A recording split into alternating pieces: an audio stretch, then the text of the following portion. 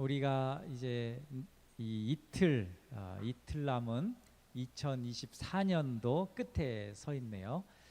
날짜를 이렇게 제가 한번 좀 계산해 봤어요. 그랬더니요, 올해는 365일이 아니고 2월이 29일까지 있어서 366일이더라고요. 올해는. 그런데 이제 이틀을 빼면 이제 364일이 지나고 이제 이틀, 딱 이틀이 남아 있다, 이렇게 볼 수 있는데, 시간적으로도 제가 한번 계산을 해봤어요. 그랬더니 하루가 24시간이니까 364일 이렇게 해보니까 8736시간을 우리가 썼더라고요. 올해 많이 썼죠. 8736시간을 우리가 사용했고, 이제 이틀이 남았으니까 남은 시간은 48시간 이렇게 남아 있습니다. 자, 한 해를 걸어왔는데 우리 성도님들 마음이 어떠신지 모르겠습니다.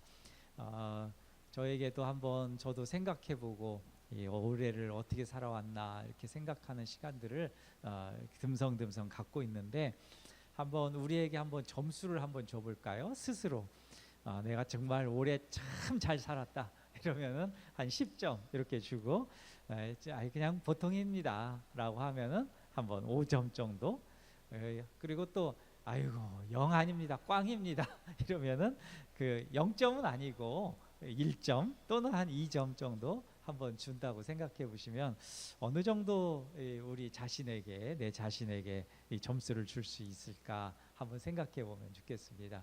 좀 많이 풍성하게 점수 주실 수 있을까요? 네. 사람이면 누구나 자기가 걸어온 그 걸음을 돌아보면서 갖는 마음이 있어요. 한편에서는 뿌듯함, 자랑스러움, 그때 정말 잘했다, 그때 그렇게 하길 정말 잘했다, 이런 것들이 한두 개 정도는 다 있을 법 하잖아요. 그러면서 아유 참 하나님 감사합니다, 이런 것들 기회 주셔서 감사합니다, 이렇게 이제 생각될 수 있죠. 그러면은 혹시라도 이제 마음에, 아까 점수를 좀 준다고 했는데 그런 마음, 그런 기억들이 더 크다면 점수를 후하게 줄 수도 있겠죠. 그런데 다른 한편으로 보면 우리 인생이라는 거, 삶을 보면 늘 아쉬움이 남고 늘 자책. 그러니까 아이고 내가 그때 왜 이렇게 했을까, 그리고 또 후회, 아쉬움이 남는 걸 우리가 막을 수가 없습니다.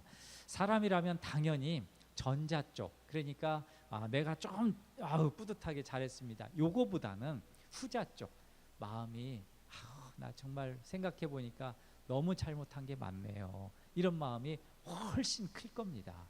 보통 사람들이 다 그렇거든요. 잘한 것들은 금방 잊혀져요. 그리고 잘 안 된 거, 하여튼 암울한 거, 또 해결 안 된 거, 막 염려하는 거, 요것만 뭐 엄청나게 산더미처럼 생각이 들어가지고 그런 마음이 더 크게 되는데, 모든 사람이 다 똑같습니다. 그때마다 우리는 이런 생각을 하게 되죠. 아유 그때 조금 더 잘할 걸, 그때 조금만 더 일찍 시작했어야 되는데, 그때 그렇게 했어야 되고 또 그렇게 하지 말았어야 되고, 이런 생각들이 계속 점점점 하면서 머릿속에서 떠나지 않는 거죠. 하여튼 누구나 삶을 돌아볼 때 아쉬움이 있고 후회가 있습니다. 그러나 걸어왔던 시간이 어떠했든지 간에 위축되지 말아야 됩니다. 걸어왔던 시간에 잘한 것만 있는 것이 아닐 것입니다. 뭐 누구나 그래요. 분명 잘못한 것이 더 많을 것입니다. 아쉬웠던 것, 연약했던 것, 부족했던 것, 다 하지 못한 것들이 훨씬 더 많을 것입니다. 그렇다고 위축되거나 겁먹지 말아야 합니다. 신앙적으로 볼 때 믿음이라는 것은요, 현재의 부족함과 연약함에 대한 것입니다. 그것과 깊게 연결되어 있는데, 믿음에는 두 가지 측면이 있어요. 하나는 이 사람의 연약함, 그러니까 우리의 연약함, 그게 하나가 있고, 다른 하나는 하나님의 능력, 이건데, 그러니까 연약함과 하나님의 능력, 이건 완전히 반대되는 거잖아요. 근데 믿음이라는 게 이런 것이죠.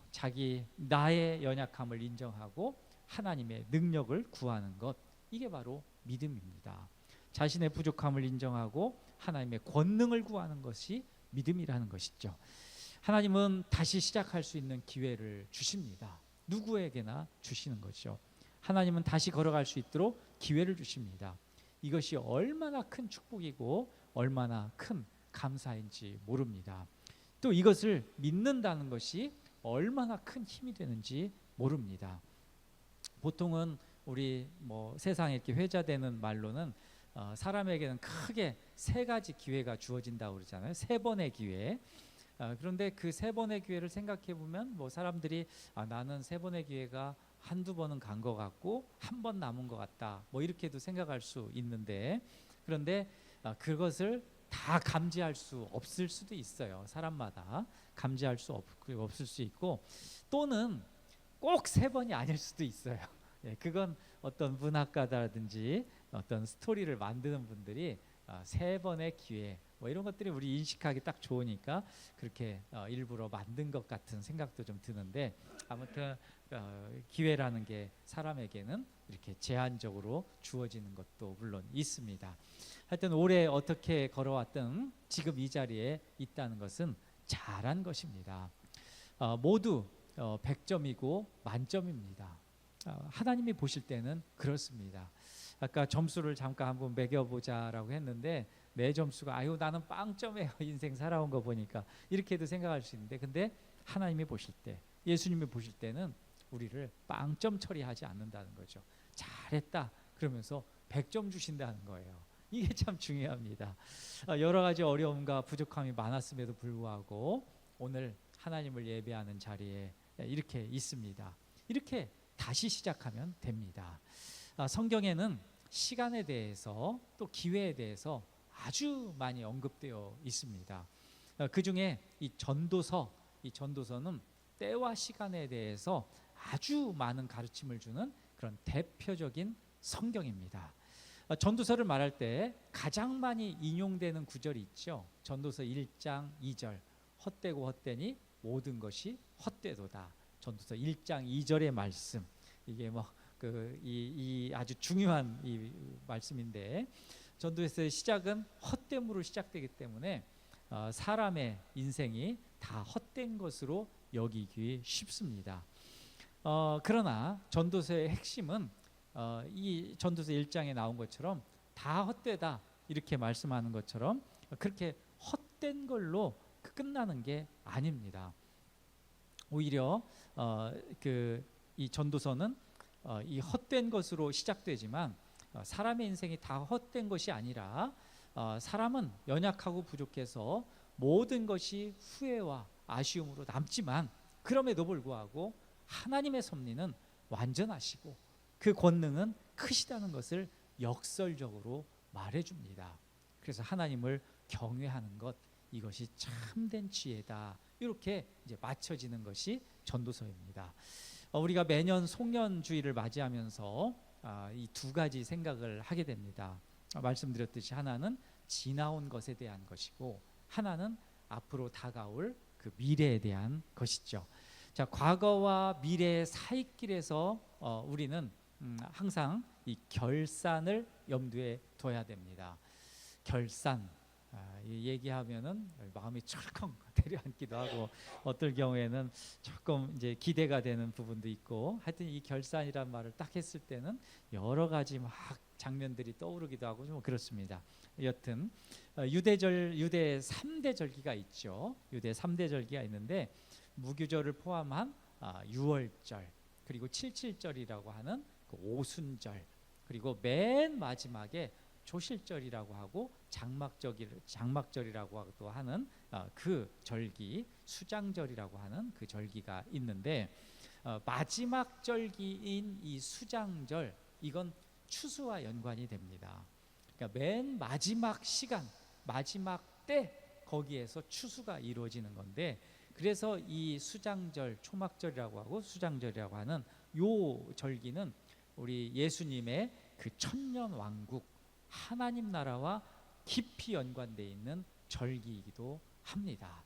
보통 우리가 맥주감사주일은 상반기에, 추수감사주일은 하반기에 해서 이렇게 나눠서 하는데, 그 추수감사주일이 사실은 이 마지막 이 수장절과 연결이 됩니다. 그래서 마지막 다 하여튼 인생 다 살고 기회 다 하고 시간 다 쓰고 모든 때 다 모아서 마지막 결산하는 그런 시기, 그게 이제 수장절 마지막 시기인 거죠. 추수는 항상 마지막에 이루어집니다. 어떤 나라든지요, 뭐 알래스카든 뭐든 뭐 아프리카든 또 우리 뭐 대한민국이든 어느 나라든 간에 계절의 끝에 추수철이 있어요. 어느 나라든 그렇습니다. 시간도 그렇습니다. 시간의 끝에 결산이 있기 마련입니다. 예수님은 제자들에게 천국을 비유하면서 결산과 연결시키시는데요. 우리가 잘 아는 달란트 비유가 그것입니다. 그 시작은 이렇게 시작해요. 마태복음 18장 23절에 보면 그러므로 천국은 그 종들과 결산하려 하던 어떤 임금과 같으니. 아멘. 이런 이 말씀이에요. 어떤 종들과 결산하려 하는 뭐 이 말씀으로 시작하는데, 인생도 결산할 때가 오죠. 우리의 인생이 영원하지 않습니다. 언젠가는 끝이 납니다. 이번에 저희 이제 집안에 어떤 큰 일을 치르게 되었는데, 저희 장인어르신이 이제 천국에 이제 가셨습니다. 제가 이제 임종을 이제 지켜보게 되었습니다. 가족들하고. 근데 이제 이 장인어르신은 마지막까지 이 마태복음, 그러니까 의식이 있으실 동안 마태복음 11장 28절, 그러니까 수고하고 무거운 짐진 자들아 다 내게로 오라 내가 너희를 쉬게 하리라, 이 말씀을 계속 읊조리시는 거예요. 인생의 무거운 짐을 내려놓을 때가 있는데 바로 지금이다, 뭐 이런 의미로 계속 읊조리시더라고요. 우리 장인 어르신이 인생 마지막에 결산을 참 잘하신 것 같아요. 그러니까 마태복음 11장 28절 말씀을 가지고 우리가 진 짐의 성격이 어떤 것인지, 그리고 그것을 누구에게 내려놓아야 하는지를 분명하게 아셨다, 이렇게 설명할 수 있고, 이렇게 해석할 수 있고, 이렇게 이해할 수 있습니다. 하여튼 그 장인어르신이 이렇게 임종하시는 거 보면서 참 인생을 참 잘 사셨다, 그리고 마태복음 11장 28절과를 계속 읊조리시는 걸 보고, 야, 정말 이 말씀이 어떤 것인지를 정확하게 아시고 계시는구나, 정말 이제 천국에 입성하신 것이 맞구나, 이런 생각을 하게 됐습니다. 자, 오늘 본문에서도요, 이 결산에 대한 주제가 전반적으로 나오는데, 전도자는 이 평생을 수고해서 세상의 모든 것을 얻었대요. 전도자라고 나와 있는 요분은 이제 뭐 솔로몬이라고도 하기도 하고, 이 대강의 것으로는 통칭으로는 또 전도자라고 이렇게 얘기할 수 있는데, 오늘은 뭐 전도자라고 이렇게 얘기해 보겠습니다. 하여튼 세상의 모든 성과를 잘 얻은 거죠. 수고도 많이 했고 성과가 굉장히 큰 거죠. 사업으로 따지자면 엄청 매출도 엄청 올리고 뭐 수익도 엄청 많이 냈던 그런 사람이다, 이렇게 생각할 수 있습니다. 그러나 전도자는 18절을 보면 내가 한 모든 수고를 미워한다, 이렇게 얘기해요. 내가 수고한 모든 수고를 미워한다, 이렇게 얘기하는데 그 이유가 무엇인가? 우리 흔히 얘기하는 염세주의, 이건 삶의 염증, 염자가 들어가 있어서 뭐 똑같이 그 의미를 가져도 돼요. 삶의 염증을 느끼는 것, 그게 이제 염세주의라고 하면, 허무주의는 이 삶이 다 헛되다, 이렇게 얘기하는 게 이제 허무주의인데, 전도자가 이렇게 한탄하고 고통스러워하는 것은 이 염세주의 그리고 허무주의, 이런 것과는 좀 관련이 없습니다, 사실은. 전도자가 자꾸 자기가 헛되다고 하고 고통스러워하는 이유는 자기가 수고한 거, 인생 여전 동안 잠도 못 자고 정말 수고하고 눈물 흘리고 땀 흘리고 그렇게 애를 썼던 그 모든 소산의 전체를 다른 사람한테 통째로 넘겨주는 것.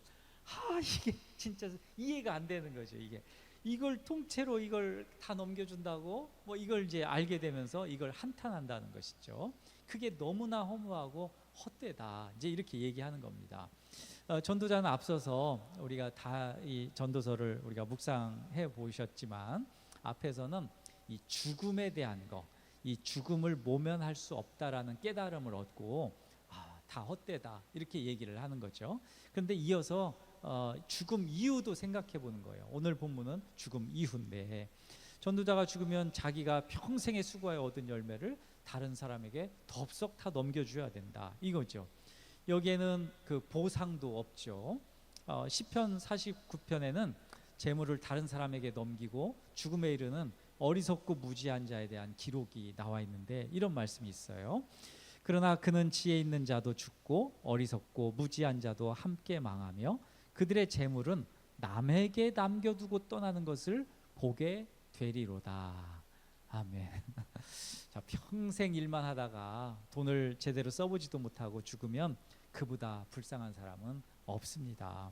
그래서 전도자는 해 아래 수고한 모든 것이 헛되다고 말하는 것이죠. 예수님께서는 이런 사람을 두고 어리석은 사람이다 이렇게 한탄하셨는데 누가복음 12장 20절에서 21절에 보면 이런 말씀을 하셨어요. 하나님은 이르시되 어리석은 자여 오늘 밤에 내 영혼을 도로 찾으리니 그러면 내 준비한 것이 누구의 것이 되겠느냐 하셨으니 자기를 위하여 재물을 쌓아두고 하나님께 대하여 부유하지 못한 자가 이와 같으니라. 아멘.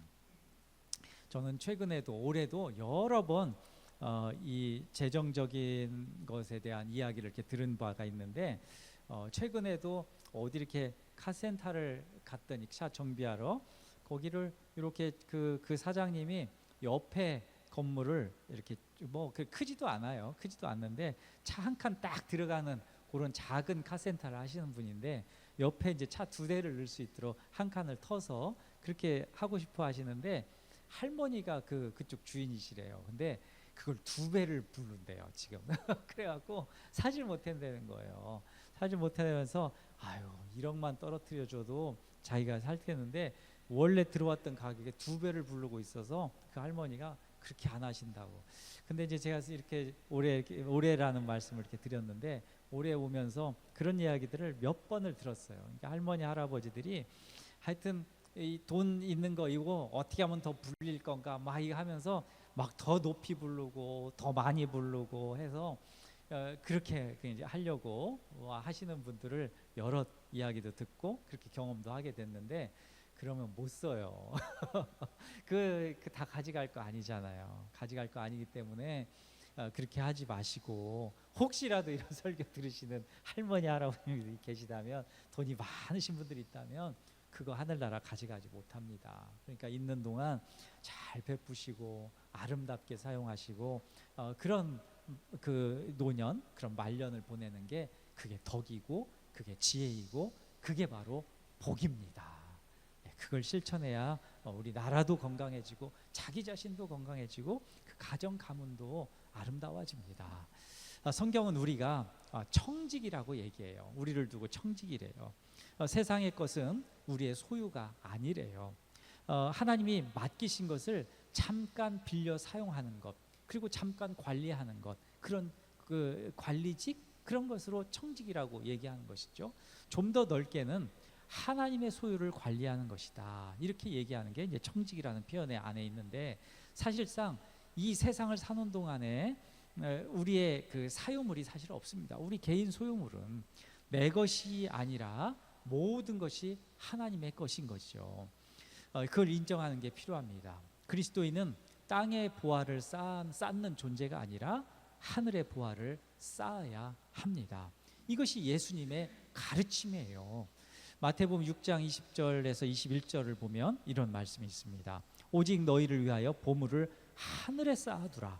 거기는 좀이나 등록이 태하지 못하며 도둑이 구멍을 뚫지도 못하고 도둑질도 못하느니라. 내 보물 있는 그곳에는 내 마음도 있느니라. 아멘.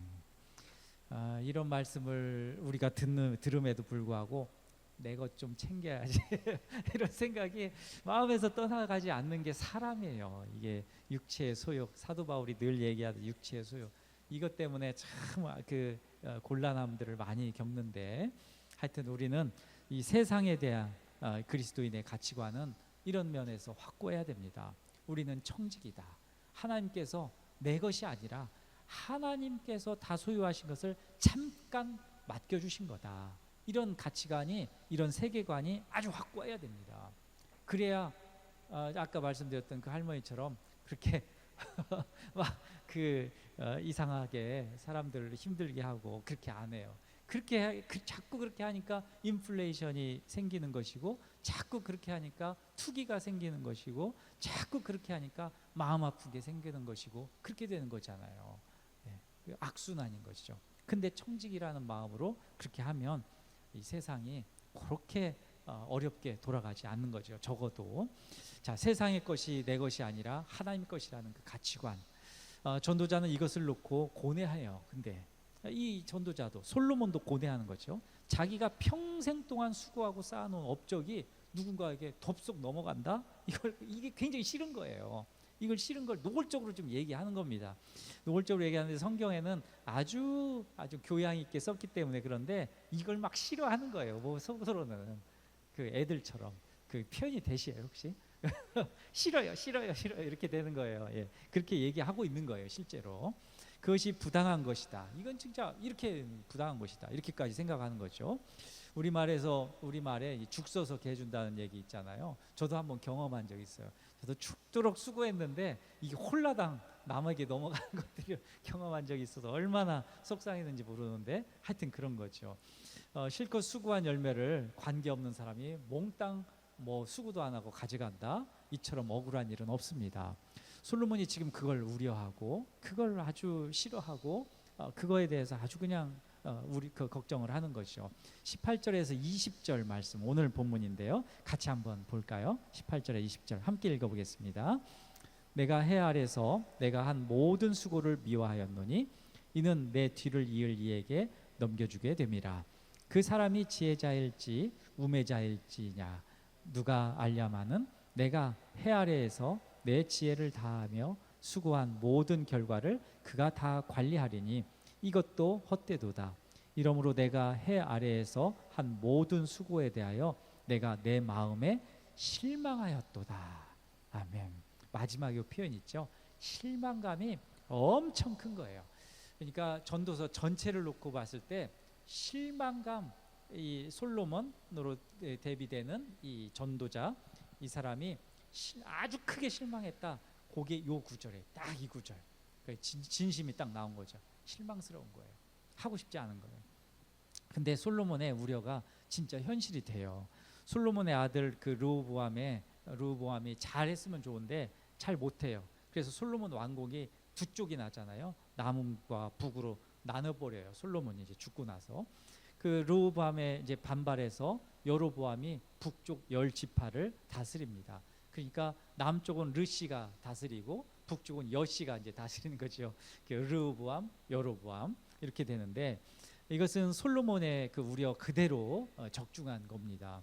여로보암은 전혀 예상 밖의 인물인데 솔로몬이 평생 동안 수고하고 이룬 그 모든 것들을 통째로 홀라당 수고 없이 가져가서 북이스라엘을 이제 만드는 것이죠.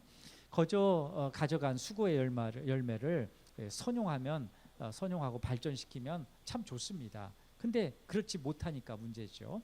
현상 유지도 못하고 오용하고 평생의 수고를 또 한순간에 날려버린다면 이것같이 큰 문제가 없습니다. 솔로몬의 우려대로 여로보암, 여시잖아요. 북쪽 여시. 그 여로보암은 죄를 용임함으로 인해서 우상에게 나라를 갖다 바친 꼴이 됐습니다. 사실 북이스라엘은 막 그 표현이 딱 맞습니다. 우상에게 그냥 나라를 갖다 바친 거예요. 우리 근현대사를 보더라도 우상에게 나라를 바치는 것은 물론이고 자기 영혼과 인생을 바치는 사례가 사실 비일비재하게 일어납니다. 과거만 하더라도 이런 일들은 은밀하게 행해졌는데 제가 늘 말씀드렸듯이 2020년 이후, 그러니까 코로나 사태 기점으로 아주 이런 것들을 드러내놓고 막 하는 것들을 그런 모습을 보면서 우려를 금치 못하게 됩니다. 특히 뭐 연예계, 이 예술계 뭐 이런 데서는 영혼을 팔았다 이런 것들을 그냥 드러내놓고 공연장에서 막 얘기하고 그래요. 근데 그렇게 해야 또 떠요. 네, 그 랭킹에 1등하고 막 2등하고 돈을 많이 벌고 이렇게 하는 것들이 있는데 예전에는 그런 걸 우리가 잘 몰랐잖아요. 근데 이들이 이제 드러내놓고 하기 때문에 이 사람들의 공연 모습들을 보면 야, 이 양반들이 도대체 그 음악을 하겠다는 것인지 순수한 아니면 어떤 그 주술적 행동을 하겠다는 것인지 그러면서 아예 그냥 그 음악이든 미술이든 하여튼 그런 아트의 영역들을 다 갖다가 우상에다가 바쳐버리는 꼴이 되는 것처럼 봐서 좀 씁쓸한 것들이 많이 있습니다. 우려를 금치 못하는 것이죠. 이것은 원수 마귀의 획책이고 악한 세력의 침탈입니다. 원수 마귀와 악한 세력에게 하나님이 주신 수고의 열매를 넘겨준다면 이처럼 비통한 일은 없습니다. 우리 마지막 21절, 23절까지 한번 볼까요? 21절에서 23절 같이 한번 읽어보겠습니다. 21절 어떤 사람은 그 지혜와 지식과 재주를 다하여 수고하였어도 그가 얻은 것을 수고하지 아니한 자에게 그의 몫으로 넘겨주리니 이것도 헛된 것이며 큰 악이로다. 사람이 해 아래에서 행하는 모든 수고와 마음에 애쓰는 것이 무슨 소득이 있으랴. 일평생에 근심하며 수고하는 것이 슬픔뿐이라. 그의 마음이 밤에도 쉬지 못하나니 이것도 헛되도다. 아멘. 자, 전도자는 세상의 모든 것을 다 얻었지만 만족을 못해요. 오히려 막 실망감이 큰 거예요. 싫어 막 이렇게 하는 거죠. 이런저런 생각 때문에 막 잠을 뒤척이고 잠을 잘 못 자요. 자기가 천하의 지혜자이지만 죽음 앞에서는 아무것도 아니라는 것 때문에 또 근심합니다. 자기 일평생 수고한 열매를 다른 사람에게 또 넘겨줘야 된다. 이것 때문에 아주 실망감이 큽니다. 그 사람이 어떤 사람일지도 알 수 없어요. 그 사람이 수고 열매를 잘 활용할지도 알 수가 없습니다. 전도자는 이런 생각에 이르자 모든 것이 헛되다 이렇게 하면서 신음을 하는 것이죠. 우리 인생도 마찬가지예요. 시간이 지나고 나면 결산을 해야 됩니다. 우리가 애쓰고 수고한 것들이 분명히 있을 수는 있어요.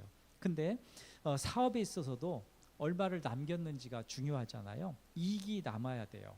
인생도 마찬가지입니다. 뭔가가 남아야 되는데 그래서 우리 옛말에 호랑이는 죽어서 가죽을 남기고 사람은 죽어서 이름을 남긴다 이런 말이 있는 것처럼 그렇게 뭔가가 남긴 해요. 그러나 생각해 보면 사람에게 남는 건 사실 없어요. 그 이름이라는 것과 그것도 아무리 유명하고 전도서에도 나와요. 그 말씀이 아무리 유명하고 아무리 사람들이 다 아는 그 뭐 당대에 뭐 그 사람 이름 석자 딱 되면 굉장하지 뭐 이렇게 생각할 수 있는데 한 세대 지나고요. 또 다음 세대 지나고 한 1세기 지나면 그 누구더라? 그 사람 누구더라? 그 다음 세대들은 또 특히나 우리 다음 세대들 우리 그 자식벌이도 될 수 있고 또 손주들 될 수도 있고 거기만 가더라도요. 이제는 교과서에서 배워야 되잖아요. 교과서에다 배우는데 우리는 그 사람 지금 실존 인물이기 때문에 그 양반 정말 대단해 이렇게 생각할 수 있는데 그 다음 사람들은 책으로 배우는 거니까요. 뭐 얘기하면은 그때 그 사람 그랬었어요? 뭐 이런 거 느낌이 완전히 다르잖아요. 그리고 한 세대 또 넘어가면 그땐 그랬었어요. 이것도 아니고 뭐 그런 사람도 있었나? 그리고 또 다음 세대 넘어가고 그러면은 교과서에 이제는 이름 뭐 한 줄만 딱 나오고 더 자세하게 가르쳐 주지 않으면 그 사람이 누군지도 몰라요. 그게 인생입니다. 그러면 이름이 남나? 뭐 그 사실 교과서에 잠깐 서 이름 석자 남을 수는 있지만 사람들의 기억에서는 이게 다 옅어지고 그런 것이죠. 그렇게 한다고 해도 하여튼 여러 가지 것들이 남는 것들이 없는 거죠. 자, 전도자는 이 과거와 현재 그리고 미래가 그러면서 이게 되풀이 된다. 라는 것을 이렇게 고백합니다. 그 전도서 우리 이제 3장으로 넘어가면 12절에서 15절에 보면 이런 말씀이 있는데 제가 여기를 세번역 성경으로 한번 읽어드릴 테니까 한번 들어보세요. 그러니까 이런 것들이 계속 반복되는데 전도자가 이거 가지고 막 신음을 하다가 이걸 발견한 거예요. 12절 제가 세번역 성경으로 읽어드릴게요. 이제 나는 깨닫는다. 기쁘게 사는 것, 살면서 좋은 일을 하는 것, 사람에게 이보다 더 좋은 것이 무엇이랴. 사람이 먹을 수 있고 마실 수 있고 하는 일에 만족을 누릴 수 있다면 이것이야말로 하나님이 주신 은총이다. 이제 나는 알았다. 하나님이 하시는 모든 일은 언제나 한결같다. 거기에다가는 보탤 수도 없고 뺄 수도 없다. 하나님이 이렇게 하시니 사람은 그를 두려워할 수밖에 없다. 지금 있는 것 이미 있던 것이고 앞으로 있을 것도 이미 있는 것이다. 하나님은 하신 일을 되풀이 하신다. 아멘. 이런 말씀이 있는데 우리가 사는 인생은 이 실망감에 젖게 될 수밖에 없습니다. 아무리 수고해도 그게 허사이고 결산할 것이 없어서 뭐 이렇게 생각할 수 있죠. 그러나 하나님을 믿을 때 그때는 달라진다는 거예요. 하나님의 영광을 위해서 할 때 그 수고가 헛되지 않대요. 완전히 달라지는 거예요. 거룩한 열매는 하나님 나라에서 이 결산하는데 그 결산의 열매는 영광의 면류관입니다. 결산의 열매는 착하고 충성된 종이라는 하나님의 칭찬입니다. 이것은 믿음으로만 가능합니다. 인생의 처음과 마지막을 하나님이 인도하신다는 믿음을 갖는 것입니다. 믿음으로 결산의 열매를 얻게 되고 믿음으로 착하고 충성된 종이 될 수 있고 믿음으로 영광의 면류관을 받게 됩니다. 그 나라도 하늘나라도 믿음으로 들어갈 수 있습니다. 자, 우리 음식점이나 가게에서 물건을 사고 내미는 것이 있죠. 요즘에 현금 많이 안 쓰긴 하지만 뭐 현금이나 카드를 이렇게 내밀고 그래야 이제 물건을 살 수 있잖아요. 제가 이렇게 생각해 봤어요. 근데 우리가 사는 인생도 그런 것 같아요. 우리의 그 과거를 결산할 때 주님께 무엇을 내밀어야 되는가? 이럴 때 돈인가? 아니면 명예인가? 아, 예수님 나 진짜 열심히 예수님 위해서 살았어요. 이런 건가요? 이런 노력의 결과들? 또는 아, 정말 나 정말 수고 많이 했어요. 눈물 많이 흘리면서 기도 많이 했잖아요. 그거 카드 내는 거? 그래서 예수님이 좋아하실까요? 그런 것은 아무 소용이 없어요. 사실은 물론 기도 많이 하고 그런 것도 중요하죠. 그런데 정작 주님과 결산할 때는 오직 그리스도를 믿는 믿음, 그 카드를 내밀어야 돼요. 그것을 내밀어야 비로소 거룩한 결산이 가능합니다. 그래야 우리의 수고가 헛되지 않은 것이고 그래야 우리의 눈물과 우리 기도가 헛되지 않은 것이 되는 것이죠. 우리 성도들의 그 믿음의 결산을 통해 감사를 회복하시기를 축복합니다. 우리 성도들의 믿음의 결산을 통해서 그 기쁨을 회복하시기를 또 소망합니다. 우리 성도님들의 믿음의 결산을 통해서 또 소망을 회복하시기를 그렇게 간구합니다. 오늘 송년 예배, 오늘 마지막 예배인데 이 예배를 통하여서 과거에 우리가 어떻게 살았던 간에 하나님, 내가 믿음의 카드를 주님 앞에 내밉니다. 이거밖에는 없습니다. 내 믿음, 주님의 그 고리를 걸고 그렇게 살았던 것 요거 하나 있습니다. 그럴 때 주님께서 그걸 너무 잘했다. 착하고 충성된 종아, 그거 너무 잘했다. 이렇게 얘기하는 거예요. 나 이렇게 막 수고하고 이렇게 잘했고 이거 잘했죠. 이런 거 말고요. 하나님만 믿고 주님만 믿고 성령님만 믿고 지금까지 왔습니다. 주님은 그 이야기, 그 고백, 그 믿음의 그 결산, 그것을 너무나 기뻐하신다는 것, 그것을 믿고 우리 과거를 다시 생각하고 또 주님이 주시는 다시 새로운 시간들을 그렇게 힘있게 소망있게 또 희망차게 걸어가는 우리 모두가 되시기를 축복합니다.